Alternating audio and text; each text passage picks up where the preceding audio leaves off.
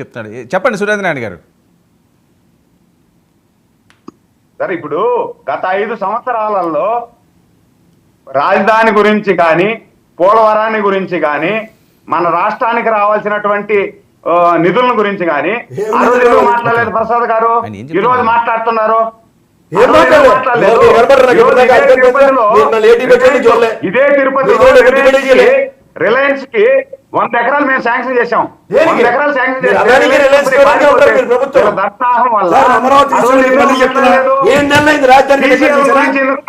ఆర్థిక రాజధాని ఆర్థిక రాజధాని అనౌన్స్ చేశారు. ఫ్లోర్ ఆఫ్ ద హౌస్ లో అనౌన్స్ చేసిన దానికి ప్రధానమంత్రి గారి సమక్షంలో ఆర్థిక రాజధాని అనౌన్స్ చేసేకి ఏమైనా తేడా ఉందా? తరలింది అట్లీస్ట్ రాజధాని వాళ్ళు 7 నెలల పొద్దుంది డిక్లేర్ చేసుకోలేరండి. ఆ కుటుంబంలో ఏం మాట్లాడుతున్నారు? రాజధాని వాళ్ళు అనౌన్స్ చేయాల్సిన అవసరం లేదండి. రాజధాని శంకుస్థాపనకి వచ్చారు, మళ్ళీ వాళ్ళు అనౌన్స్ చేసేది రాజధాని. నరేంద్ర మోడీ మట్టి నీళ్లు పోసిపోతే రాజధాని కాదన్నా ఒక్క బీజేపీ ఏం మాట్లాడుతున్నారు? అమరావతి ఉంటుంది అని చెప్పి పెట్టారు కదా. ఏం పెట్టారు?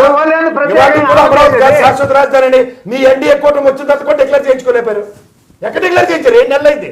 7 నెలలు ప్రభుత్వం అమరావతి శాశ్వత రాజధాని డిక్లేర్ చేశారా? ఇదే చంద్రబాబు గారు మళ్ళీ చెప్తున్నా, నరేంద్ర మోడీ గారి సమక్షంలో ఆర్థిక రాజధాని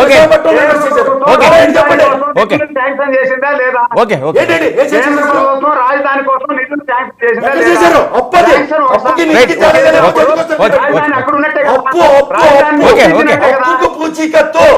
అప్పుకు పూచీకత్తుకి నిధి ఇవ్వడం అంటే చాలా తేడా ఉంది. ఓకే, సురేంద్ర నాయుడు గారు 7,000 కోట్లు అప్పు చేయడానికి కేంద్ర ప్రభుత్వానికి ఏం చేస్తుందంటే పూచీకత్తుగా వ్యవహరిస్తుంది. అది నిధిని మాత్రం తగ్గి చెప్పండి. నాగేంద్ర గారు మోసపోవడం అలవాటు అయితే మోసపోండి. చెప్పండి. అన్న ఇంతకుముందు ఆయన మాట అన్నాడు అన్న, పోలవరంకి పెండింగ్ నిధులు 12,000 కోట్ల రూపాయలు మంజూరు చేయించింది మేమే అన్న. మీరు మంజూరు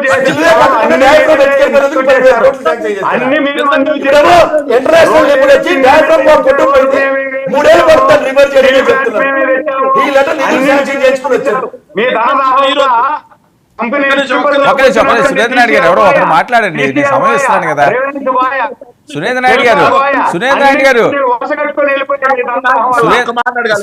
ఒక్క నిమిషం, ఎవరో ఒకరు మాట్లాడండి. ఆయన శేఖర్ మాట్లాడుతున్నారు, కేఎస్ ప్రసాద్ గారు దానికి సమాధానం చెప్తున్నారు కదా 12,000 కోట్ల కోసం. ఒక్క నిమిషం ఉండండి.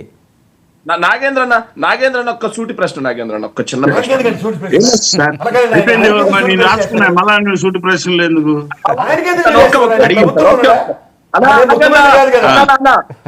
అన్న ఆగండి, ఒక్క నిమిషం అన్న, ఒక్క మాట నేను చెప్పండి.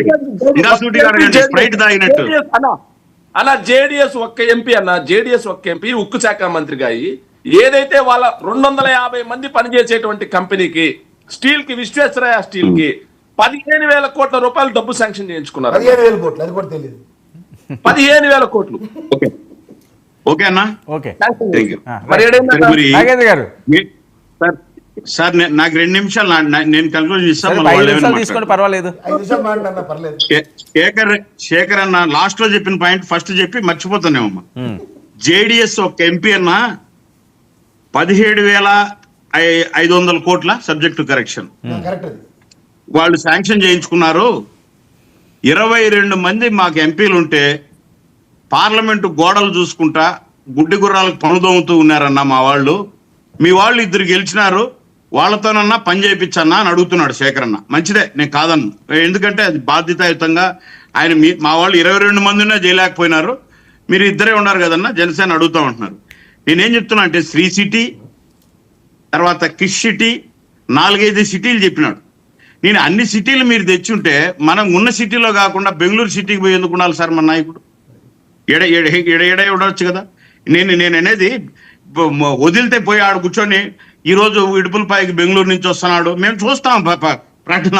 ఇవన్నీ ఎందుకు? అసలు సిటీలు ఇన్ని సిటీలు ఎందుకు?